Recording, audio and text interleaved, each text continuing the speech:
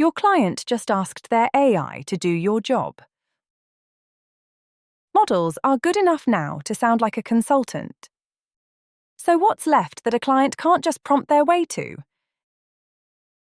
Here's the question your client now asks their own AI. Why did we land on a 12% volume discount? Same question. 2 answers. A generic AI sounds confident, but it's guessing.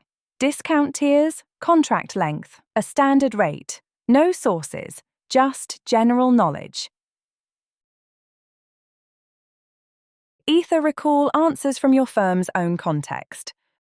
A 12% volume discount above 500 seats, locked for 18 months, confirmed by their CFO on the March 4th call. Legal flagged the auto-renewal clause. You agreed to drop it.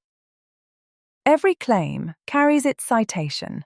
Open one, and there's the exact line from the call. One sounds right. One is right. A model trained on the web can guess. Your firm's compounding context can answer. That's the moat the client's AI can't reach. See it on your own firm. buildaether.com/demo